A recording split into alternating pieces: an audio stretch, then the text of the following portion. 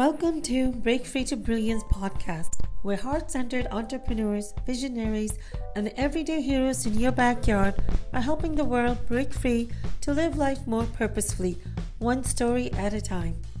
I am Seema Giri, your host, an award-winning author, entrepreneur, and holistic lifestyle strategist. Today's show is sponsored by Uplift Media.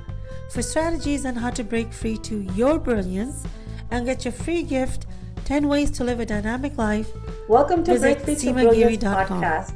We're so happy to be here with you today, and it's an honor for me to be here with you and our very special guest, Laurel Harris. Let me give you a formal introduction of Laurel. Laurel Harris is an award-winning writer, producer, and actress with over 2 decades experience working with some of the top names in the business. Her extensive TV credits include ABC, NBC, CW, and Disney, and feature films with STARZ and Paramount. As a producer, Laurel has garnered multiple TELLY Awards and an Emmy. She's worked with many notable figures, including Nobel Peace Laureates, Archbishop Desmond Tutu, and His Holiness the Dalai Lama, while traveling the world to film their stories alongside team from BBC and PBS. There, she developed a passion for creating media that highlights underserved populations under her Laurel Leaf Productions banner. Laurel is a contributing writer for ThriveGlobal and Backstage magazine and a respected voiceover artist. Her narrations in the Nobel Legacy Film Series premiered for 2 consecutive years at the Venice International Film Festival in Italy, receiving international critical acclaim. An unabashed tree hugger, always ready to traverse the globe, she's most proud of her role as an award-winning aunt to 4 fabulous nephews. I can't wait to get started with this amazing interview with this wonderful lady. But before we get started, let's just take a few seconds to really ground ourselves so we can be here totally present for this interview. So let's close our eyes for a minute and take in deep cleansing breath all the way to your belly and exhale slowly. We've had so much to do before this interview, and thinking of the plans ahead for the night, let's just, with the next breath in, let go of all of that, let go of all those energies. And with the next breath in and exhale, we'll let go of anything we have to do in the future. I promise you, they'll be waiting for you as soon as we're done. And with the next inhale, bring your awareness to your heart. And think of a very happy moment. It could be something from today, yesterday, or any time period in your life. And enjoy it as if you are enjoying it for the very first time. Enjoy the happiness, the joy, the peace, the unity you felt with the people around you. And now I would like you to bring your awareness to your crown chakra, which is on top of your head. And think of a second happy moment from any time of your life. Remember the people that were there with you, what were you eating, where you were, the touch and smell of that time, as if you're feeling it for the very first time right now. Just take in that bliss, that joy.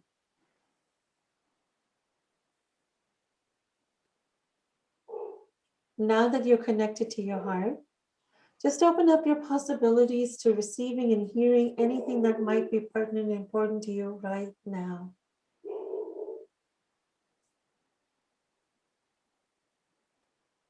Just take that in. Also open yourself up to receiving. We're so used to giving all the time, we forget that we too need to receive. I don't believe in coincidences. If you're here joining us today, there's a reason, there's something that you need to hear from us, or maybe it's for someone else and you are the messenger. So let's open up ourselves, our special guest and me included, to what do we need to hear from you and what is the message that we need to give you. Let's open up to all possibilities of giving and receiving and enjoying this moment. And with the next breath in And exhale. We're going to be totally in the here and the now, in the present, in this moment. With the next breath in, you can open your eyes.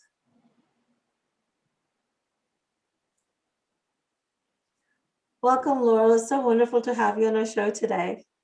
I am so thrilled to be here, Seema. I just think the world of you, and I'm honored to be here. Thank you. Oh, thank you so much. And the feeling is mutual. Oh.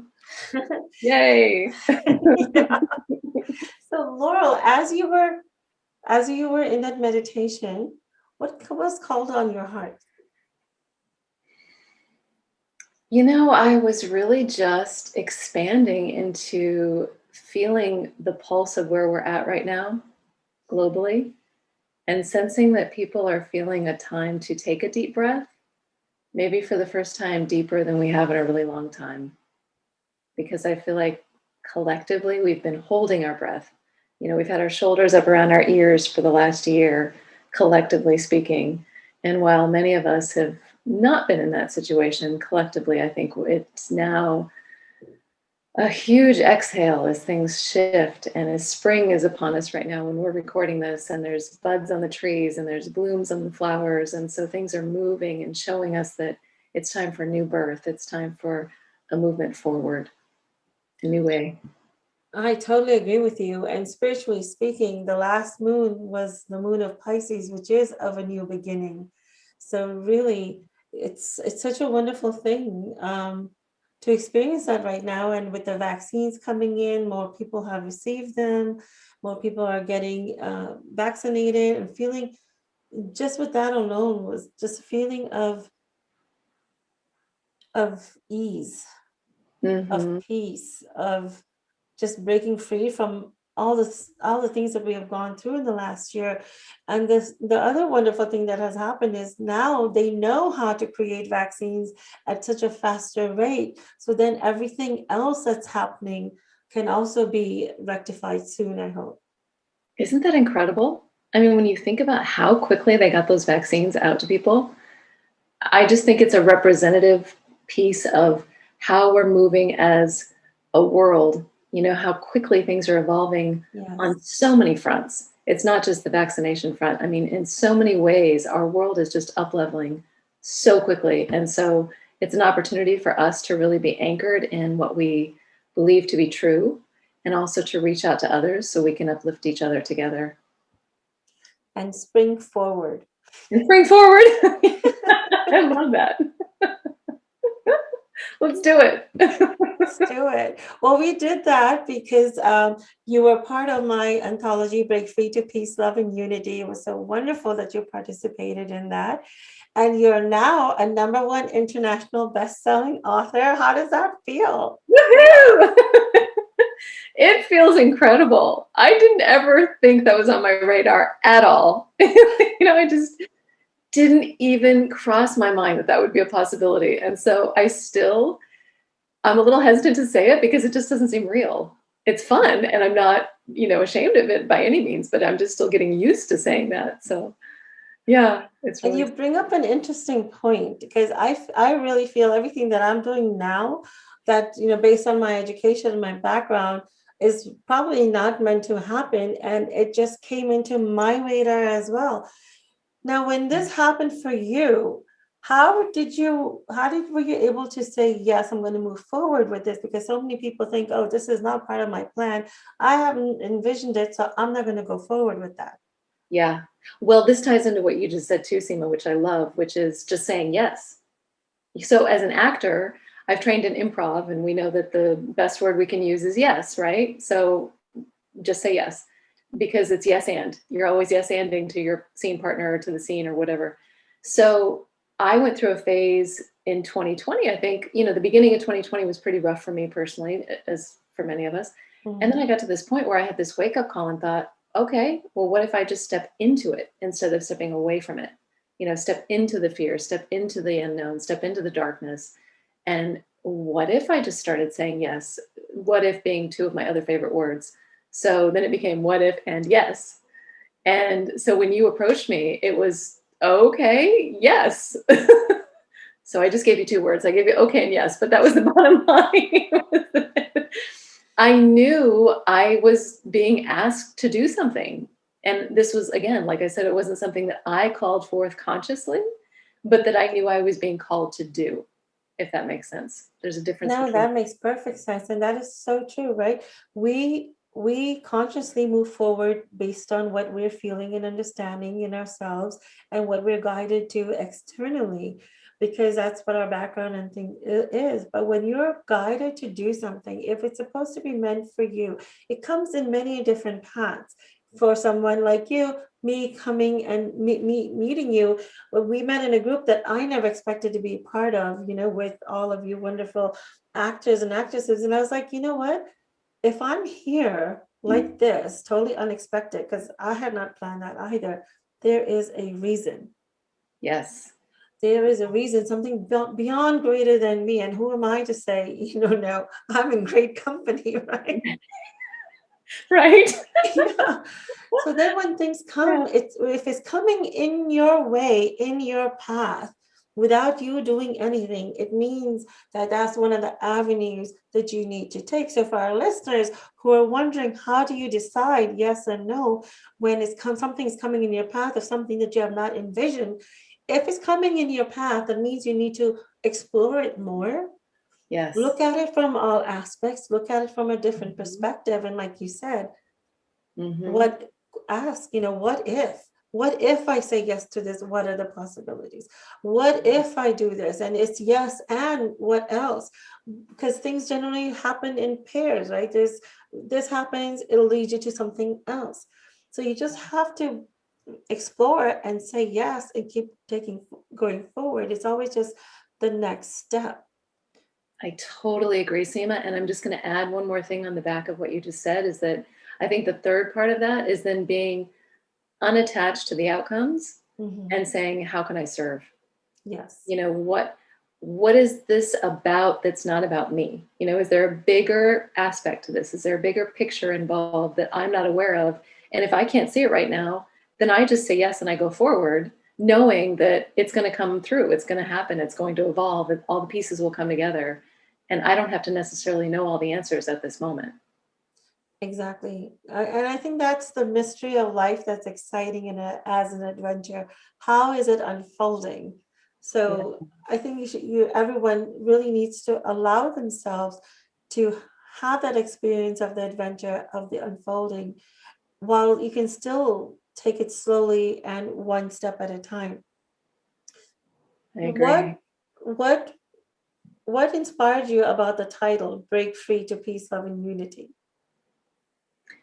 I think going back to, again, that time that we were in when you approached me was really a dark space in COVID where we didn't have much hope. There was no talk of vaccines yet. I mean, there was obviously talk of them working on it, but we didn't have, people were thinking it could be years, before a vaccine came around, at least another year. And so it was pretty dark. And I think the idea of bringing forth a light, a candle, no matter how small it may seem at first, that we're going to come together, this group of authors, to talk about peace, love, and unity and share some of our stories in hopes that they light somebody else up, and again, it not to sound trite, but if one person is lit up from that candle that we give, then we've done our job, right? So that was inspiring to me. And how can I, as a quote unquote non-author, somebody who doesn't do this for a living or aspire to be a regular author, what do I have to contribute? Well, maybe I have something. And I just know being a part of a group and a project called Peace, Love, and Unity could be enough in and of itself. That collectively our energy, our experience will move the needle in a positive way globally. That is so well said. That was beautiful. Just being part of a group that is peace, love, and unity can be maybe perhaps enough in itself. Right, because we're going to encourage and feed each other. Yes. And I think that's what we need. I think that's what we've learned from this year of 2020 and now behind us, is that we can't do this alone. We have to support one another. And that's the beauty of a group. If one person is struggling, the rest of us come together and hold each other up. So there's so much power in that group. That is so true. I totally agree with you. What is your light? What is the chapter name, your chapter name, and what can people experience from your chapter? My chapter is called The Voice, and tagging back to what we talked about just a little bit ago, I really wanted to listen to that yes and to say, okay, what needs to come through me right now? Because I don't know how to do this. Seema just talked to me about this and I'm saying yes, but what am I saying yes to? Okay, obviously there's something that needs to come through. So, wow, what an awesome opportunity to get my ego out of the way and just say, what do you want me to write? What message needs to be out there for people to read? So I call it The Voice because I think as an actor, I will say this, I won't claim this for everyone, but as an actor, you know, we're constantly listening to all those voices that we have in our head, whether it's the victim or the hero or the martyr or whatever it is, to gather information from those voices so we can create characters, so we can form fully rounded out human beings and others, you know, maybe non-humans if we're creating an alien, but you know, we're creating characters. And so there's those voices, but then there's that one still solid voice that I think all of us have, I know all of us have, that really guides us. And that's the voice I wanted to listen to hear what to say in this chapter. That is very beautifully said. And you're talking about voices. So I think we all have those several voices. You just hear those voices in a different way in forms of character and what roles you are about to play. But then the rest of us have all these other voices of other people, or the voice that holds you back, the voice that says you're not good enough, and those kind of voices, those Absolutely. limiting beliefs, and they're chattering constantly. And Yes. that's that takes a real practice of quieting that down and finding that one true voice. So Yeah, totally understand. exactly. And that's what I wanted to speak to, is that obviously I'm coming at this from an actor's point of view, but we all have that voice and those voices. So how do we calm them down, or how do we just ask them to take a back seat? Because you can't always get them to stop talking, but you can tell them, hey, you're in the back seat, I'm in the driver's seat, as Melissa Gilbert would say, and listen to that one true voice so that we can move forward for our highest good, but then the highest good of others. Yeah. So if I'm talking with someone and obviously they're in a hard situation, my ego could come up with all kinds of things to say to them, to think that that's going to empower them or uplift them, but it might not be. It might not be the best thing in that moment. So if I set that aside and say, no, what do they need to hear? Or what's the best thing to come through right now?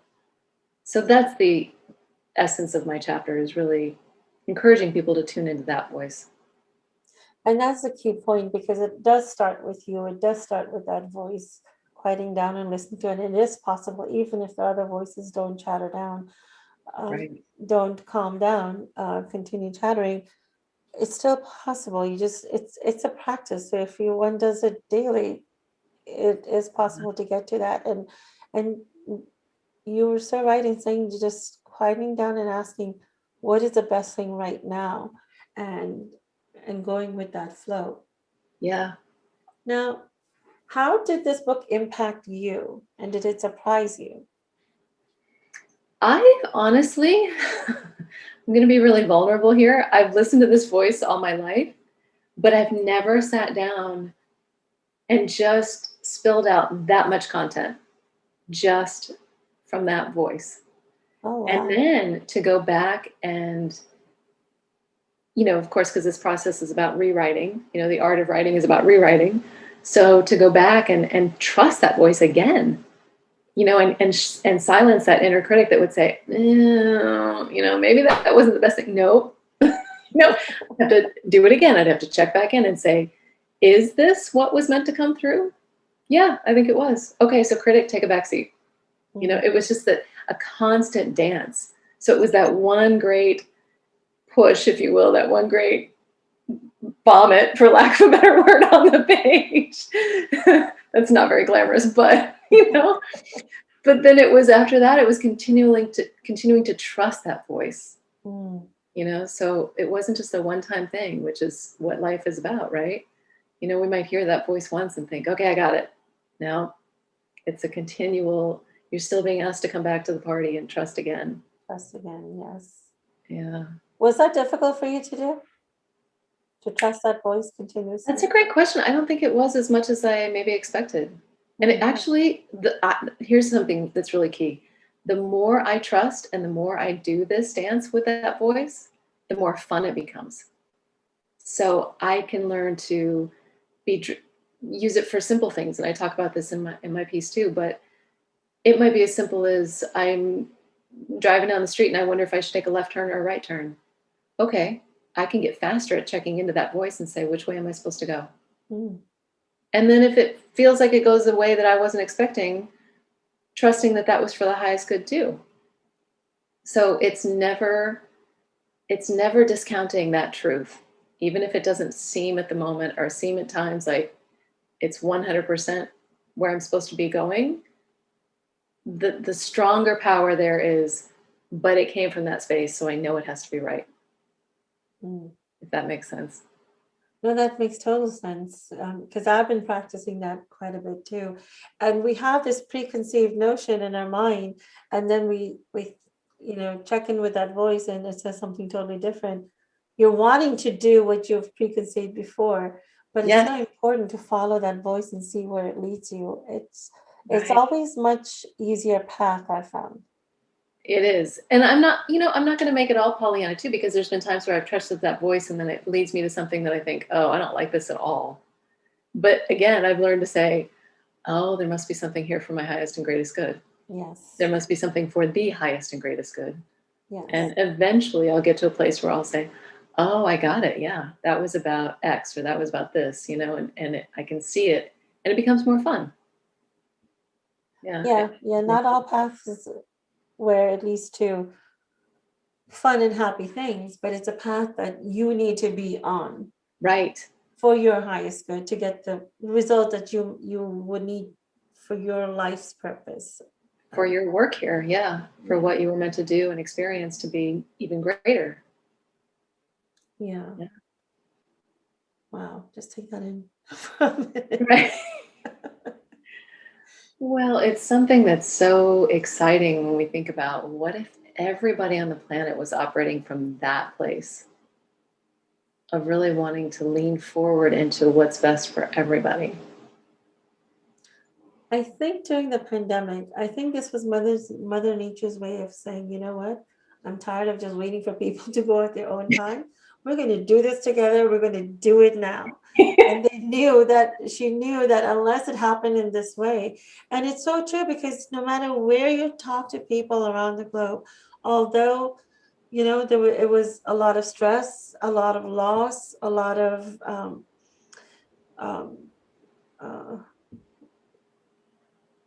grieving. Mm-hmm. But at the same time, it forced everyone to look inwards. It forced people to face their fears, even if it was with each other. Sometimes it was with the family members. Right. And they had to make a decision, because so many times we are so afraid to make a decision that we don't make a decision. And you're in that lull and become stagnant, and you start deteriorating. Yes. So I think collectively we were all forced to, whether we wanted to or not, look inwards and grow from that perspective, grow a little as evolve as a human, and start looking at the perspective of, okay, what is best for everyone? How can we do this? And when we work at an individual level, collectively it becomes best for everyone, because then you're putting your best self forward. You're becoming a better version of yourself. And as you become the better version of yourself, you give a lot more peace, love, and then you can unite with more people versus when you're not in that space. Absolutely. As my mother used to say, the high tide rises all boats. Raises boats. Yes. Yes. What impact have you seen around you since you have been practicing this a little bit more in the last 1 year? Well, again, I'll just be vulnerable and say it's interesting to do this walk feeling brighter and feeling into that light that is within us all. Mm-hmm. And so as I become more comfortable shining in my brighter self, I'm very aware of that I'm attracting more people around me, more people to me. And it's a new juggling act. You know, how do I balance my time? How do I balance my personal needs? And how do I balance assisting others that are coming to me, or social time? I mean, there's just so many new kind of high wire acts that I'm doing. Mm-hmm. And I have to remind myself, wait a minute, this is fun. You know, when I can get really wrapped up into stress about how to do it. And of course, how is always the ego. So what if I release all of that and I just say, oh, right. Our number one thing to do here is to have fun on this planet. You know, we're here for joy. We're here for light. We're here to support each other. All right. Okay, let go of some of that other stuff.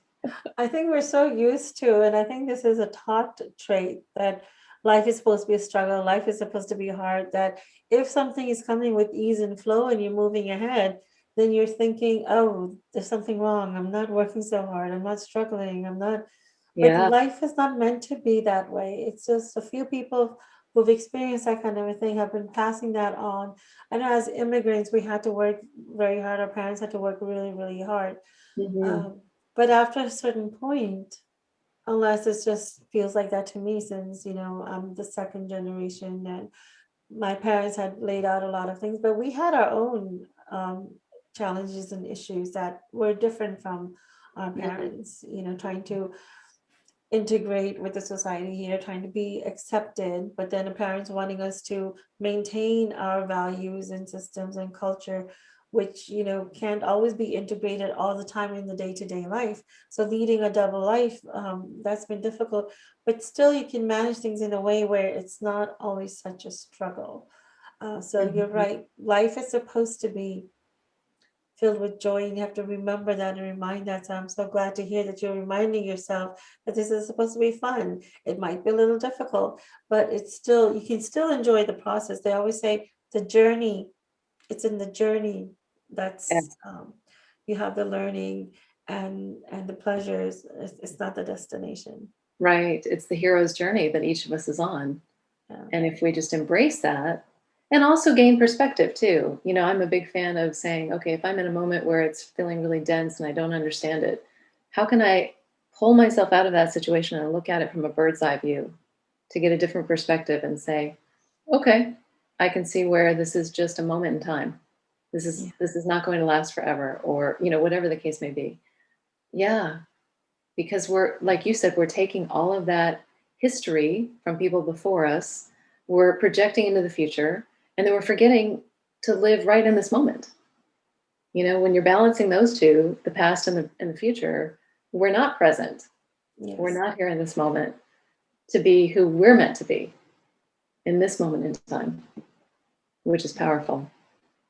It is. I think that they say the past is history, the future is A mystery. past is history, future is a mystery. That's why today is a gift. It's a present. Exactly. Yes. Yeah. And it's a practice. It's a practice to get to this level, but once you do, and that's why we did the meditation in the beginning, because, you know, the day is filled with so many things.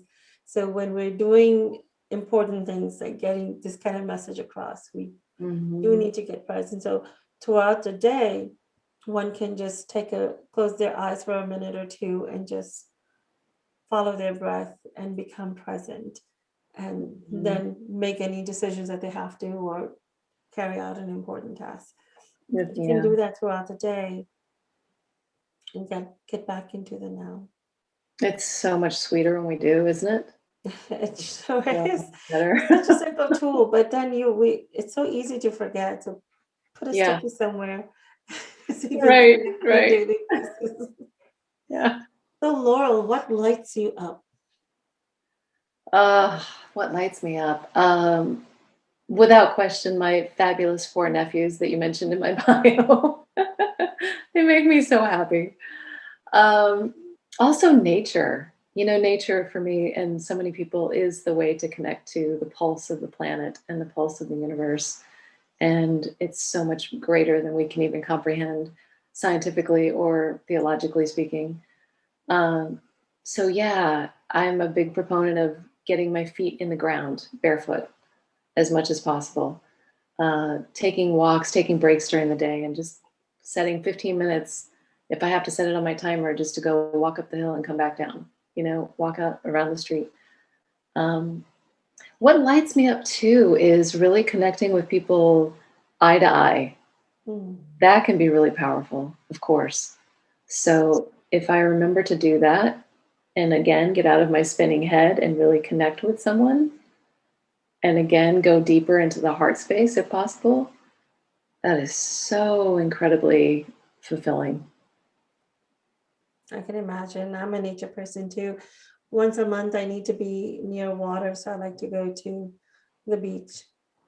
Absolutely. And just, it's a great cleansing. It's a great way to cleanse. Yeah, scientifically, they've proven it as well. Yes. Just standing there and just breathing in that ocean air and the recycling of that current and that air is just so refreshing for our bodies. It's so refreshing, yes. And it's just, and you see everyone else doing that too. Everyone else is so relaxed and happy and doing their own thing. There's a lot of dogs where we a lot of dogs running around, but they run around and not bothering any people. So, it's just really nice how everyone's in harmony doing their own thing. They're great teachers, aren't they? Those dogs and cats and everything that are running around thinking we don't have any cares in the world. We're totally present. Exactly. That's wonderful. Yeah. So what are some exciting new projects coming up for you that we can look forward to? I am planning to launch my production company officially this year. So Laurel Leaf Productions, keep an eye out. And we've got some really exciting things in the lineup for that. Short films, feature-length films, television show, a children's book as well. And I'm really excited. If you want to check that out, it's laurelleafproductions.com. Also, yeah, everything surrounding that. There's so many different projects within that I'll be focusing on next. And of course, as our industry starts to really crank back up, the auditions are starting to come back. So that's really fun. And we'll see. It's kind of been a long, deep winter with the production companies being shut down for so long. But now that they're starting to crank back up, we'll see what happens. It's an exciting time. Well, that's great to hear. We're looking so forward to all of your upcoming projects. Wish you all the best on that. Thank you so much for joining us today. And congratulations again on your new book, Break Free to Peace, Love, and Unity. Thank you, Seema. Thank you for asking me to be a part of this. I'm really honored, and I'm so grateful to be here on the podcast and also a part of the authors group. That's phenomenal. Thank you. Now, you added a great energy and an important message to the book that I think is really the world needs to hear and be reminded of listening to their voice. So it was great. And listeners, we have a lot more interviews coming up with our wonderful authors of Break Free to Peace, Love, and Unity. So be sure to look out for our other podcasts. And until next time, this is Seema. Thank you for joining us for this interview. I hope you've gained some insights and/or tips that you can implement right away. For more interviews like this, please visit us at seemagiri.com or visit our YouTube channel, Break Free to Brilliance with Seema Giri. Until next time, have a great day.